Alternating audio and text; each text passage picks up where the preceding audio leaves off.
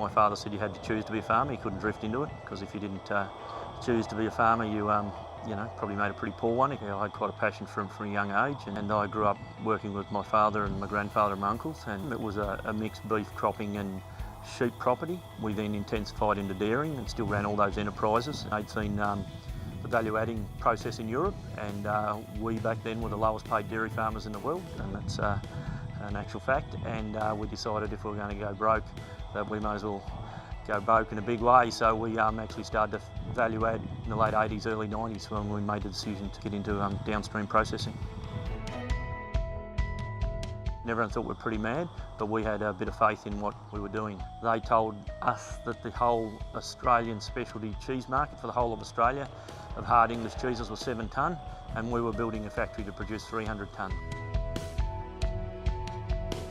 Yes, it was a leap into the unknown, but I guess we were backing our ability and skills as farmers. We had a fairly stable business and we wanted to see it grow. Initially, when we diversified, we took it very slowly.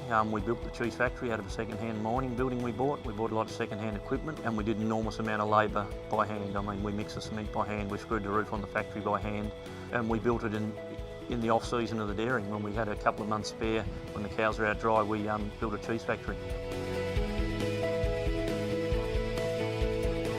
It hasn't all been easy. For a lot of years the farm subsidised the factory, and now we've grown it to a point where the factory can flatten out the fluctuations in price supplied to the farm. So it's been a long journey, and it's been interesting in that we've seen the public perceptions change to food and value adding at the whole time, because when we first started, people find it hard to realise, but there wasn't a food culture in Australia as there is now. That's only come in the last 10 years. So we've always been paddock to plate before it was fashionable.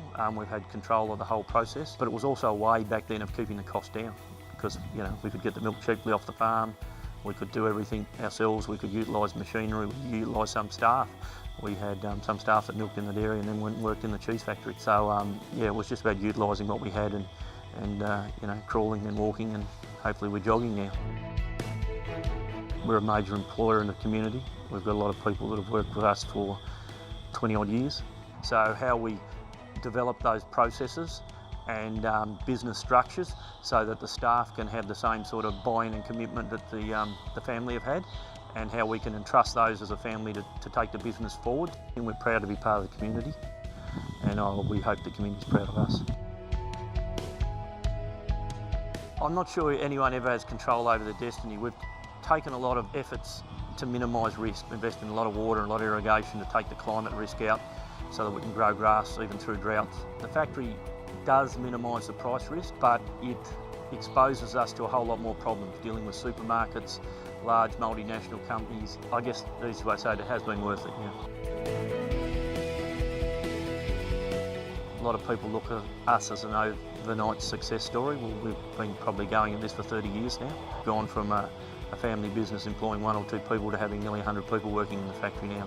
We've had some harsh lessons along the way about becoming very business focused. You've got to know your numbers to front to back, and not good enough just to produce a product and sell it. You've actually got to get paid for it. I'm not quite sure where we'll be in 5 years' time, but we'll still be here.